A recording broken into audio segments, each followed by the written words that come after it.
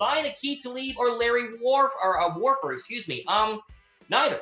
I don't think you need. I mean, how old is Aqib Talib? Good Lord. You want aging Richard Sherman and aging Aqib Talib to give you one more good season? Now, I've said I think Richard Sherman can play another 2 elite years and 3 good years, so 3 total years before he retires. But Aqib Talib is old. He's washed. I don't think the 49ers need either one of them. I trust Mosley, and if I don't trust Mosley, then hopefully Witherspoon can fill in the gaps. Next question here comes from Matt, as he asks, how long before we see a Fred Warner extension?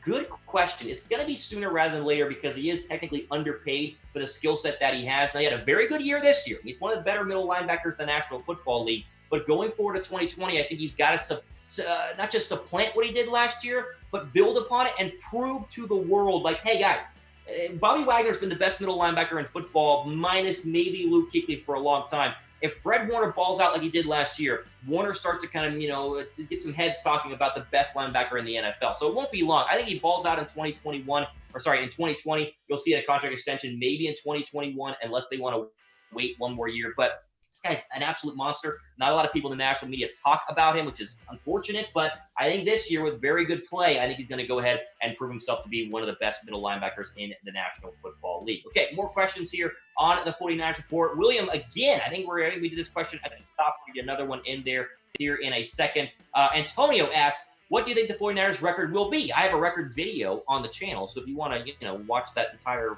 schedule breakdown, you can do that after the show. But I'll tell you right now, it's 11-5. We broke down their first place schedule. It's tough. There's some tough stuff later on in the year, even though it starts out pretty early. They're going to be 4-0, in my opinion, easily. But listen, the NFC as a whole is better than it was last season. The NFC West is better than it was last season. I think the 49ers win the division 11-5 and are either the 2 or the 3 seed, because I think there are some better teams, or at least teams that are as good in easier divisions, who could rack up more wins, just because Niners got to play Seattle, the Cardinals, and the other team in our division I'm blanking on right now. The Rams. Yes, of course. Well, the Rams will be 4th, so that's why I completely forgot about it. Not a worry. Next question here. For trade Dee Ford to Vikings for a 3rd-round pick.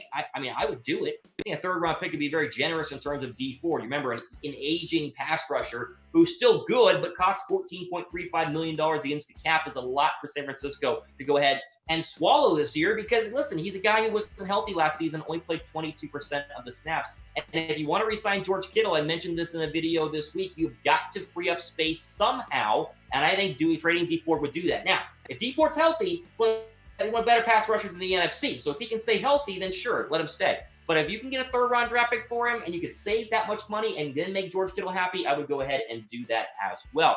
I would also do this if you guys are a big fan of the channel. Click the notification bell. So YouTube tells us this kind of stuff. It's like, it's secret, all this cool behind the scenes things I'm going to reveal to you. Right now, 5,000 of you guys have the notification bell turned on. There are 23,000 of you guys who are subscribed to this channel. So if you want to go ahead and build that number and be notified whenever we drop new stuff. And also, if you guys want to DM me on Twitter, you can go ahead and follow me on Twitter down below. But the best way to do that is to be notified by clicking the notification bell. That way, you're notified whenever we jump on here for our live Q&A videos. Next question here. Let's see. Hashtag 49ers. I think 49ers pick up Cam Newton. Really? Okay. Just in case Jimmy Garoppolo can't get it done by week 3 or 4 of the regular season. Well, we'll go ahead and refute that right now, because Jimmy Garoppolo will be able to get it done. And weeks 1 through 3 are pretty darn easy. Really, weeks 1 through 4, you got a Sunday night football game against the Eagles that could be a little tricky, but I think weeks 1 through 4 are very winnable. So the idea of the 49ers starting, 1-3 seems very unlikely. Here's the deal. There's a reason Cam Newton has not been signed, and it's nothing to do with the fact that there are not places that need a quarterback. It has to do with Cam Newton can't stay healthy. Cam Newton has been healthy in a very, very long time, and even when he had one really decent MVP caliber year. It'd be too much of a distraction, because if Jimmy Garoppolo were even to struggle a little bit, there'd be a lot of people out there trying to get Cam Newton in there. You do not want a quarterback controversy. And guess what? Nick Mullins is pretty darn good as a backup quarterback, one of the best in the NFL. I'm not worried about Jimmy Garoppolo, neither should you. Super chat here. Blake with a donation. I appreciate you, Blake. Says, who will the Niners offense and defensive MVPs be? Okay.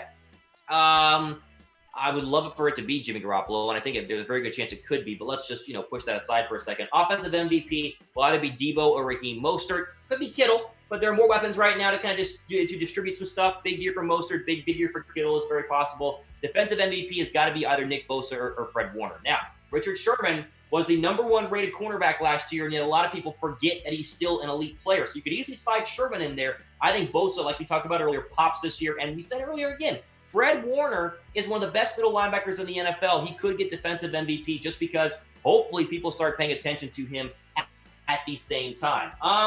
Let's see here. C-16 asks, how many catches for Jalen Hurd? Okay, so I went back and looked at Jalen Hurd's stats when his final year at Baylor, when I was there watching him and covering him.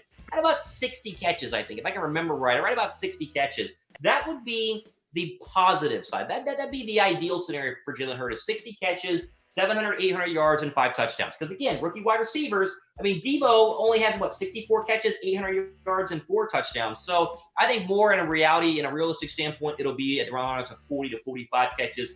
Got to get things figured out, and on the football field, he's not been there in a while in terms of the injury. So hopefully about 40 to 45 catches is my guesstimation there. Christopher Young asked, if Kittle's agent won't budge under 20 mil a year, good Lord. Okay, is he worth to sign a tight end for that much, even if it is Kittle? Lots of money to a dedicated position. Let me just debunk this. George Kittle is not asking for $20 million a year. Trust me on that. It's not going to be $20 million a year. The highest paid tight end is Hunter Henry, who makes $10 million a year right now. Travis Kelce and Gronk make $9 million. Even if he wants to reset the market, as we have heard that he does, it'll probably be $12 or $13 million at the most, which honestly is enough and is fair for a guy like Jimmy Garoppolo or for a guy like George Kittle and his caliber. So I would do that. Now, I wouldn't go anything over $15 million. That's way too much money. $20 million is ridiculous. That's like Julio Jones type money right now. You're getting into a B-plus quarterback type money as well. So no, it won't be $20 million. I think it'll be a lot more around the lines of 12, 13, or $14 million. And for me, if they can free up the cap space, I'm fine with that. Not a problem. Still moving along here, and of course, you're just joining us, we still are trying to get some of these shirts to sell because they're going to a great relief fund, coronavirus relief fund at chatsports.com/sfstrong. All proceeds, 100% of them. So everything that you pay for will go to relief funds. The NFL takes no cut of this. Chat Sports, of course, like the whole deal with this is you buy it, basically you donating, but you also get a really cool 49er shirt that says Stronger Together. You got the shirt, men's and women's sizes, and the hoodie as well. Go ahead and check those out.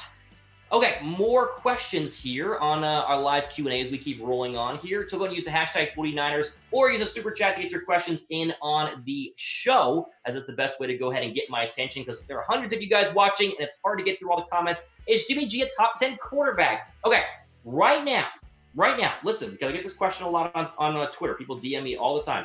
Right now, Jimmy G is not a top 10 quarterback. Right now, okay?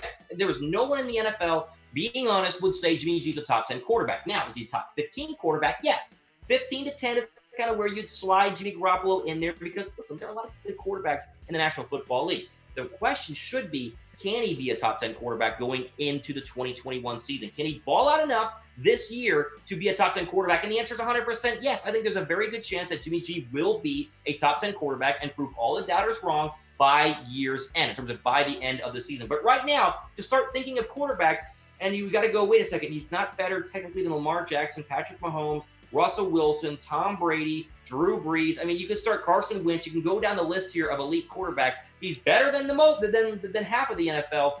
He's not a top 10 guy yet. I put him somewhere in between 10 and 15. Daniel Torres asked, they trade Kwon Alexander to keep Kittle. We talked about this in my trade video a couple of days ago. If you were to trade Kwon Alexander, you'd save about $4.5 million against the cap, which would put the Niners very close to $12 million in free cap space. They have about 7.5 right now. So technically, if Kittle wants 12 a year, this trade would do it. Now, why does this trade work so well? Because Dre Greenlaw played so well last season as a rookie and essentially, think about this, stole the starting job from Kwon Alexander and didn't get it back when Alexander was healthy in the Super Bowl. Literally, Alexander was good to go. All the reports said 100% he can play, and yet they still started Dre Greenlaw. So I'd actually be fine with trading Kwon Alexander. No. What? Why would you get rid of Kyle Shanahan? Listen, Kyle Shanahan could win 4 games next year, and they would not get rid of Kyle Shanahan. Are you kidding me? And the only reason that they would win 4 games is if everybody got injured. If Jimmy G got injured, and Bosa got injured, and Kittle got injured. I mean, even then you're going to win 6, 7, 8 games. There's too much talent. No. Kyle Shanahan could win 9 games and lose in the wild card round of the playoffs, and he would not be going. Book that right now. Not at all. Not a chance. He's one of the best young coaches in the league. If they did get rid of him, there'd be 10-plus teams calling his agent that day trying to hire him because he's proven to be one of the best young coaches in the league.